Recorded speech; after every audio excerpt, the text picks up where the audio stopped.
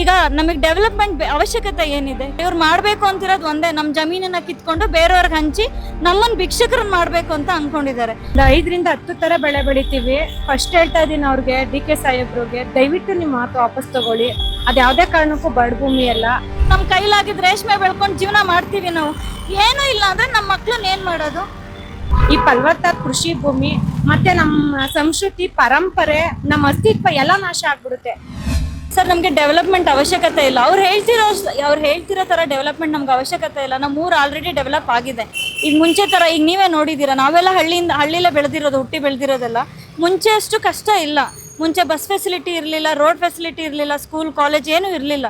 ಈಗ ಪ್ರತಿಯೊಂದು ಇದೆ. ನಾವು ಸಿಟಿಯಲ್ಲಿರೋರು ಹೆಂಗೆ ನಾವು ಮೀಶೋ, ಫ್ಲಿಪ್ಕಾರ್ಟ್ ಎಲ್ಲ ಯೂಸ್ ಮಾಡ್ತೀವಿ, ಹಳ್ಳಿಯವರು ಯೂಸ್ ಮಾಡ್ತಾರೆ. ಪ್ರತಿಯೊಂದು ಅಲ್ಲಿಗೂ ಡೋರ್ ಟು ಡೋರ್ ಡೆಲಿವರಿ ಎಲ್ಲ ಆಗ್ತಿದೆ.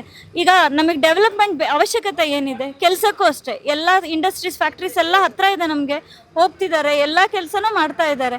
ಇನ್ನು ಏನು ಮಾಡಬೇಕು ಅಂತಿದ್ದಾರೆ? ಇವ್ರು ಮಾಡಬೇಕು ಅಂತಿರೋದು ಒಂದೇ, ನಮ್ಮ ಜಮೀನನ್ನು ಕಿತ್ಕೊಂಡು ಬೇರೆಯವ್ರಿಗೆ ಹಂಚಿ ನಮ್ಮನ್ನು ಭಿಕ್ಷಕರನ್ನ ಮಾಡಬೇಕು ಅಂತ ಅಂದ್ಕೊಂಡಿದ್ದಾರೆ. ಈಗ ರಜಾ ಬಂದರೆ ಏನು ಮಾಡ್ತಾರೆ? ಸಿಟಿಲಿರೋರೆಲ್ಲ ಹಳ್ಳಿಗೆ ಹೋಗ್ತಾರೆ. ಈಗ ನಾವು ಎಲ್ಲಿಗೆ ಹೋಗಬೇಕು? ಹಳ್ಳಿಲಿರೋರು ನಾವು ಎಲ್ಲಿಗೆ ಹೋಗಬೇಕು? ಈಗ ಹೆಂಗಾಗಿದೆ ಅಂದರೆ, ಈ ಮೂವಿಲೆಲ್ಲ ತೋರಿಸ್ತಿದ್ರು, ಯಾರೋ ಒಬ್ಬ ರಾಜಕಾರಣಿನ, ಯಾರೋ ಒಬ್ಬ ಶ್ರೀಮಂತನ ಅಕ್ವೈರ್ ಮಾಡಿಕೊಂಡು ಸಡನ್ನಾಗಿ ಎಲ್ಲ JCB ತಂದು ಎಲ್ಲ ಇದನ್ನ ಡೆಮಾಲಿಷ್ ಮಾಡ್ತಿದ್ರು. ಈಗ ನಮ್ಮ ಪರಿಸ್ಥಿತಿನೂ ಹಂಗೆ ಆಗಿದೆ. ನಾವೇನೋ ದುಡ್ಡು ತೊಗೊಂಡು ಹೆಂಗೋ ಹೋಗ್ಬಿಡ್ತೀವಿ. ಇವ್ರು ಕೊಡ್ತಾರೇನೋ, ಕೊಡಲ್ಲ, ಕೊಡ್ತೀನಿ ಅಂದಿದ್ದಾರೆ, ಏನೋ ತೊಗೊಂಡು ಎಲ್ಗೋ ಹೋಗ್ಬಿಡ್ತೀವಿ. ಮಕ್ಳನ್ನ ಏನು ಮಾಡೋದು ಸರ್? ಈಗ ನಿಮಗೆ ಗೊತ್ತು ಎಷ್ಟು ಡೆವಲಪ್ಮೆಂಟ್ ಆಗ್ತಿದೆ ಅಂತ. ಮಕ್ಳಿಗೆ ಎಲ್ಲಿ ಜಾಬ್ ಸಿಗುತ್ತೆ? ಏನೂ ಇಲ್ಲ ಅಂದರೆ ಕೊನೆಗೆ ನನ್ನ ಮಕ್ಕಳು ಬಂದು ಹೊಲದಲ್ಲಾದರೂ ದುಡ್ಕೊಂಡು ತಿಂದು ಜೀವನ ಸಾಗಿಸ್ತಾರೆ. ದನನೋ ಮೇಕೆನೋ ಏನೋ ಸಾಕ್ತೀವಿ ನಾವು. ನಮ್ಮ ಕೈಲಾಗಿದ್ದು ರೇಷ್ಮೆ ಬೆಳ್ಕೊಂಡು ಜೀವನ ಮಾಡ್ತೀವಿ ನಾವು. ಏನೂ ಇಲ್ಲ ಅಂದರೆ ನಮ್ಮ ಮಕ್ಳನ್ನ ಏನು ಮಾಡೋದು? ಮಕ್ಳಿಗೆ ತಟ್ಟೆ ಕೊಟ್ಟು ಕೂರ್ಸೋದ ರೋಡಲ್ಲಿ ನಾವು? ಏನು ಮಾಡೋದು? ನಿಮಗೆ ಗೊತ್ತು ಎಜುಕೇಷನ್ ಸಿಸ್ಟಮ್ ಹೆಂಗಾಗಿದೆ ಅಂತ. ಜಾಬ್ ಅಂತೂ ಸಿಗಲ್ಲ. 100% ಗೌರ್ಮೆಂಟ್ ಜಾಬ್ ಇದ್ದಿದ್ದಕ್ಕೂ ಸಿಗಲ್ಲ. ಪ್ರೈವೇಟಲ್ಲಿ ಇದ್ದವ್ರು ಮನೆಗೆ ಹೋಗ್ತಿದ್ದಾರೆ. ಡೈಲಿ ಮೊಬೈಲ್ ನಾವು ಚೆಕ್ ಮಾಡ್ತೀವಿ ಸರ್. ನಾವು ಓದಿದ್ದೀವಿ ಅಲ್ಪ ಸ್ವಲ್ಪ, ನಾವು ಮೊಬೈಲ್ ಚೆಕ್ ಮಾಡ್ತೀವಿ, TV ನೋಡ್ತೀವಿ. ಎಲ್ಲರೂ ಮನೆಗೆ ಕಳಿಸ್ತಿದ್ದಾರೆ. ಇನ್ಫೋಸಿಸ್, ವಿಪ್ರೋ, ಕಾಗ್ನಿಸೆಂಟ್ ಎಲ್ಲದರಲ್ಲೂ ಕಳಿಸ್ತಿದ್ದಾರೆ. ನನ್ನ ಮಕ್ಕಳು ನಾನು ಎಲ್ಲಿಗೆ ಕಳಿಸ್ಲಿ? ನಂಗೆ 2 ಗಂಡು ಮಕ್ಳಿದ್ದಾರೆ. ಟೋಟಲ್ ಆಗಿ ನಮ್ಮ ಮನೇಲಿ 6 ಜನ ಮಕ್ಕಳಿದ್ದಾರೆ. ಎಲ್ಲರೂ ಓದಿ ಎಲ್ಲ ಒಳ್ಳೊಳ್ಳೆ ಪೋಸ್ಟಿಗೆ ಹೋಗಲ್ಲ. ಯಾರೋ ಒಬ್ಬ ಹೋಗ್ತಾನೆ, ಇನ್ನು ಮಿಕ್ಕಿದ 5 ಜನ ಏನು ಮಾಡೋದು ಸರ್? ಕೆರೆಗ ಬಾವಿಗ ತಳ್ಳೋದು ಅದು ಇರಲ್ಲ. ಏನು ಮಾಡೋದು ಮಕ್ಳು ನಾವು? ನಮಗೋಸ್ಕರ ಅಲ್ಲ ಸರ್ ನಾವು ಕೇಳ್ತಿರೋದು, ನಮ್ಮ ಮಕ್ಳನ್ನ ಉಳಿಸಿ. ಈಗ ನಮ್ಮ ಮಕ್ಳು ಉಳಿಬೇಕಲ್ವಾ? ಈಗ ಇವ್ರು ಯಾರು ನಮಗೆ ಗ್ರ್ಯಾಂಟ್ ಜಮೀನಲ್ಲ. ಇನ್ನೊಂದು ಮೇಯ್ನಾಗಿ ನಾನು ಹೇಳ್ತಿರೋದು, ನೀವು ಗ್ರ್ಯಾಂಟ್ ಜಮೀನು ಕೊಟ್ಟರೆ ನಮ್ಮಿಂದ ಕಿತ್ಕೊಳ್ಳಿ. ಹೌದು, ನಾವು ಗ್ರ್ಯಾಂಟ್ ಮಾಡಿದ್ದು ಅಂತ. ಇದು ಯಾವುದೋ ಗ್ರ್ಯಾಂಟ್ ಜಮೀನಲ್ಲ. ನಮಗೆ ನಮ್ಮ ಹಿರಿಯರು ಕೊಟ್ಟಿರೋದು ಗ್ರ್ಯಾಂಟ್ ಅವ್ರು ನಮಗೆ ಕೊಟ್ಟೋಗಿದ್ದೇನಕ್ಕೆ? ಈಗ ಅವರಿಂದ ನಮಗೆ ಬಂದಿದೆ, ಎಷ್ಟೆಷ್ಟೋ ತಲೆಮಾರಿಂದ ನಮಗೆ ಬಂದಿದೆ. ನಾನು ನೆಕ್ಸ್ಟ್ ನನ್ನ ಮಕ್ಳಿಗೆ ಕೊಟ್ಟೋಗ್ಲಿಲ್ಲ ಅಂದರೆ ನಾನು ಬದುಕಿದ್ದು ಏನು ಯೂಸು? ಹೋರಾಟ ಅದಕ್ಕೋಸ್ಕರ ಸರ್. ಭೂಮಿ ಬೇಕು. ಭೂಮಿ ಇಲ್ಲ ಅಂದರೆ ನಮ್ಮ ಅಸ್ತಿತ್ವ ಇಲ್ಲ. ರೈತ ಅಂದರೆ ಭೂಮಿ, ಅವನ ಅಸ್ತಿತ್ವನೇ ಭೂಮಿ. ದಯವಿಟ್ಟು ಕಿತ್ಕೊಂಬೇಡಿ. ಯಾರ್ಯಾರು ಇದ್ದೀರಾ ದಯವಿಟ್ಟು ನಮಗೆಲ್ಲ ಸಪೋರ್ಟ್ ಮಾಡಿ. ನಮಗೂ ಸಾಕಾಗೋಗಿದೆ. ಎಲ್ಲರ ಹತ್ರನೂ ಸಪೋರ್ಟ್ ಕೇಳಿದ್ದೀವಿ, ಸ್ಟ್ರೈಕ್ ಮಾಡ್ತಾ ಇದ್ದೀವಿ. ನಾವು ಮನೆ ಮಕ್ಕಳು ಎಲ್ಲ ಬಿಟ್ಟು ಬರ್ತಿದ್ದೀವಿ. ಇವತ್ತಿಲ್ಲಿ ಬಂದಿದ್ದೀವಿ ಅಂದರೆ ಕೆಲಸ ಕಾರ್ಯ ಇಲ್ಲ ಅಂತಲ್ಲ, ಎಲ್ಲ ಬಿಟ್ಟು ಬರ್ತಾ ಇದ್ದೀವಿ. ಸ್ವಲ್ಪ ನಮ್ಮನ್ನು ನೋಡಿ, ನಾವು ಮನುಷ್ಯರ ನಿಮ್ಮ ಥರನೇ. ನಾವು ನೀವೇನು ತಿಂತೀರಾ ನಾವು ಅದೇ ತಿಂತಿದ್ದೀವಿ. ನಮ್ಮನ್ನು ಉಳಿಸಿ, ನಮ್ಮ ಜಾಗನ ನಮಗೆ ಬಿಟ್ಕೊಡಿ. ಸ್ವಾತಂತ್ರ್ಯ ಹೋರಾಟ ಒಂದು ಕಥೆಯಲ್ಲ, ಮರೆಮಾಚಿದ ಹೋರಾಟಗಳ ಅನಾವರಣ. ಭಾರತದ ಸ್ವಾತಂತ್ರ್ಯ, ಕರ್ನಾಟಕದ ಏಕೀಕರಣ ಒಂದೇ ಹೋರಾಟದ 2 ಮುಖಗಳು.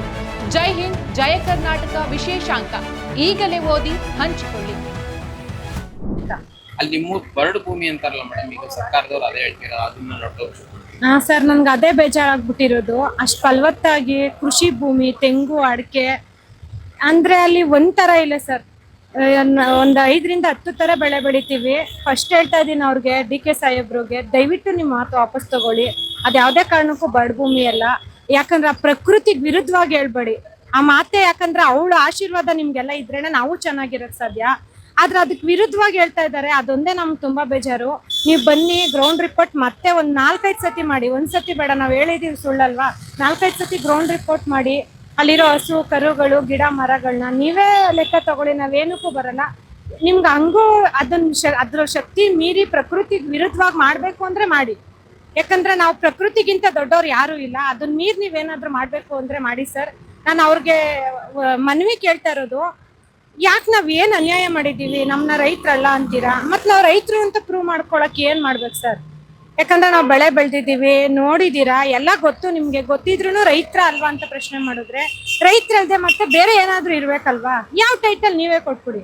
ಯಾಕಂದ್ರೆ ನಾವು ರೈತರು ಅಂತ ನಾವು ಧೈರ್ಯವಾಗಿ ಹೇಳ್ಕೊತೀವಿ, ನೀವು ಇಲ್ಲ ಅಂತೀರಲ್ಲ, ಮತ್ ಯಾರು ಅಲ್ಲಿರೋ 5,000 ಜನ ಯಾರು ರೈತರ ಅಲ್ವಾ? ನೀವ್ ಹೇಳಿ.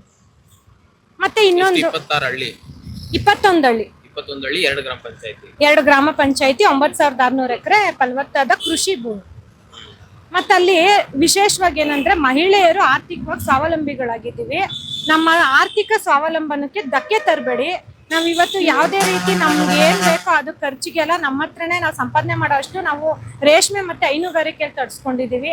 ಅದ್ರ ಮೇಲೆ ನಮ್ಗೇನು ಸಾಮ್ರಾಜ್ಯ ಕಟ್ಟೋ ಅಗತ್ಯ ಇಲ್ಲ. ಯಾಕಂದ್ರೆ ನಾವೇ ಒಂದ್ 5 ಜನ ಕೆಲಸ ಕೊಡೋ ಅಷ್ಟು ನಾವು ಬೆಳೆದಿರುವಾಗ ನಾವ್ಯಾಕೆ ಸರ್ ಇನ್ನೊಬ್ರ ಹತ್ರ ಕೆಲ್ಸಕ್ಕೆ ಹೋಗ್ಬೇಕು?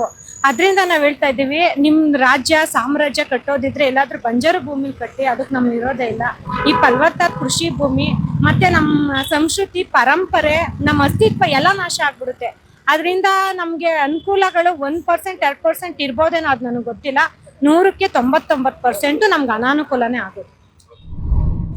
ಮತ್ತಷ್ಟು ವಿಶೇಷ ವಿಡಿಯೋಗಳನ್ನು ನೋಡಲು ಮತ್ತು ಹೊಸ ವಿಡಿಯೋಗಳ ಬಗ್ಗೆ ತಿಳಿಯಲು ಈ ದಿನ .com ಯೂಟ್ಯೂಬ್ ಚಾನೆಲ್ ಸಬ್ಸ್ಕ್ರೈಬ್ ಮಾಡಿ ಮತ್ತು ಬೆಲ್ ಐಕಾನ್ ಕ್ಲಿಕ್ ಮಾಡಿ.